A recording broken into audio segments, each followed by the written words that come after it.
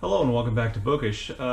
Recent election results in Virginia have really disturbed me and led me to myself to fear that white people's fear is driving us closer and closer to a form of authoritarianism and to an embrace of something that is completely anti-American in terms of our philosophy, in terms of our approach to government, etc. Essentially, what happened in Virginia is that the Republican candidate, who was endorsed by Donald Trump, won the election, as did a lot of other Republican statewide elections, largely based on a growing backlash in the state of Virginia against things going on in public schools. Everything from the belief that critical race theory was being taught in Virginia public schools, which it was not, and even to include, backlash against Beloved being a required reading in an advanced placement class in Virginia. And white parents were, outraged that these things were going on, and they went to school board meetings to protest and, had their say, as there was their right to do, in front of school board meetings about, how their white kids, their white children were being made to feel bad for things that had happened in the past, or being made to feel bad for slavery. And they were disturbed by all these things, and they were losing sleep, and they were depressed about it, and all these things were going on. And this really became an issue in the Virginia state elections that took place in November. And to me, this is just an example of white people being afraid, and white people being afraid of the wrong things. What we're really talking about here is that white people being afraid that of their white kids being exposed to books and ideas that are not the ideas that white people think they should be exposed to. White people are afraid that their kid, or white people seem to be afraid their kids are going to be made to feel bad if they have to learn about slavery or the civil rights movement or all the abuses heaped on African Americans in this country or the indigenous population of this country, the First Nations people of this country, that they will feel bad and they'll feel guilty, and that will be bad for their white kids. That at least is the claim.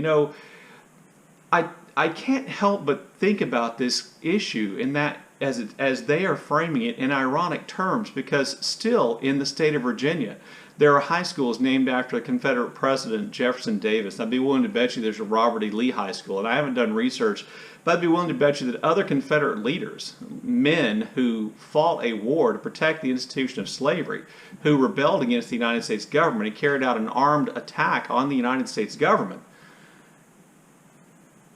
to protect the institution of slavery. We've had African American children, kids going to those schools for decades, and white parents didn't bat an eye at the thought that, maybe an African American student doesn't want to wear the name of a Confederate general on their t-shirt from their school, or on their Letterman jacket, or to have, the mascot of their school be some kind of Confederate symbol. White parents didn't bat an eye about making African American kids feel bad about those things, not to mention that for a long period of time, white parents didn't bat an eye on the idea of even shutting down public schools to prevent integration, which is a reality in Virginia as well. But now all of a sudden, because their kids might have to learn about the civil rights movement and all these abuses, and might have to read Beloved and learn about the systematic rape of enslaved African American women by their white owners during the period of slavery, that this was to be too upsetting for kids.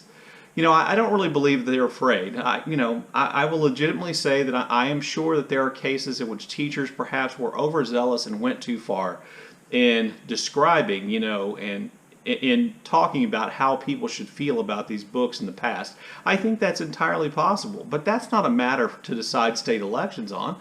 That's a matter to take up with the principal. Okay, that's a matter to address the school board, as people did. But to make this an issue on which on which state elections, the state election for governor and lieutenant governor hinge, indicates to me that there's something more at work here than just this idea that these people are worried their kids are feeling bad. I think what it reflects is a deeper fear among the white population that change is taking place, that demographically the United States is changing, and that no longer, or that not no longer, but that now it is accepted practice, an accepted belief that for long periods of time, American history has ignored and minimized the contributions of African Americans, has ignored and minimized the genocide against First Nations people, has ignored or minimized the horrors of slavery and its centrality to U.S. history. This is why I think the 1619 Project struck such a nerve. Lots of people point out there were inaccuracies in the original 1619 Project that was published.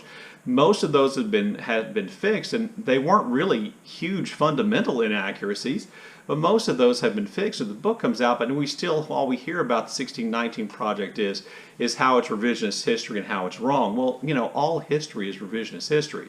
What white people don't seem to like is history being revised in a way which diminishes the white settler hero myth that we've been taught for so long here in the United States of America. So I think what's really the root of all these things is not really a fear of these books, because if it is, or these ideas, because if it is, my goodness, that's just the silliest thing ever.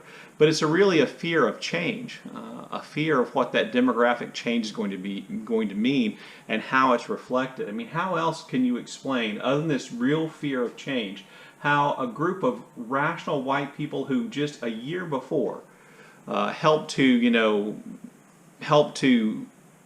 cast Virginia's electoral college votes in favor of Joe Biden would turn around a year later and cast their votes, the majority of them cast their votes for a candidate supported by Donald Trump. They've allowed their fear of this change, this fear of, let's say, losing control perhaps over the narrative of American history, over the course of American politics. They've allowed that fear of change to drive them to embrace the very things that are going to destroy the America they believe they live in, the America, the United States they claim to support. Because the greatest threat to American democracy, the greatest threat to our way of life, is the no longer creeping authoritarianism represented by Donald Trump, represented by his supporters, among whom are white nationalists, white supremacist organization. The greatest threat to the United States of America that we've ever seen since the Civil War is Donald Trump's organizing a rally on January the 6th and directing his followers to go to the Capitol building to stop the election from taking place, which they did. Donald Trump's supporters attacked the United States Congress, attacked the United States Capitol to prevent the election, a free, fair, unfraudulent election. There's no proof of any massive fraud, and we've been more than a year out. On a lie, he sent them there to try to stop an election so that he could stay in power. He had someone working in his Department of Justice draft a legal plan for a coup, for a takeover, in which Mike Pence would stop the election process, would throw out electoral college votes so that Donald Trump could remain president. That's the greatest danger to the United States and our way of life and our values and our Constitution and our political system that we've ever had. A far greater danger than Beloved or the 1619 Project or this fear-mongering about critical race theory. And yet white people seem to not want to acknowledge that reality. And they seem to be placing their fear in the wrong place. And I think there's a reason for that goes beyond concern about their kids, little Johnny, feeling bad in his classroom because they're talking about slavery or the civil rights movement, or because they're required to read Toni Morrison's excellent novel, Beloved. There's something else greater at work there. And I would hope that white people in this country would wake up to the real fear, get over their fear of change, which is inevitable, get over their fear of change, stop thinking tribally, white versus African American versus Native American versus whoever, and embrace those changes and work together to preserve our democracy and to make the country a better place. Anyway, there you go. There are my thoughts for today. Look forward to your comments in the comment section below. As always, thanks for watching.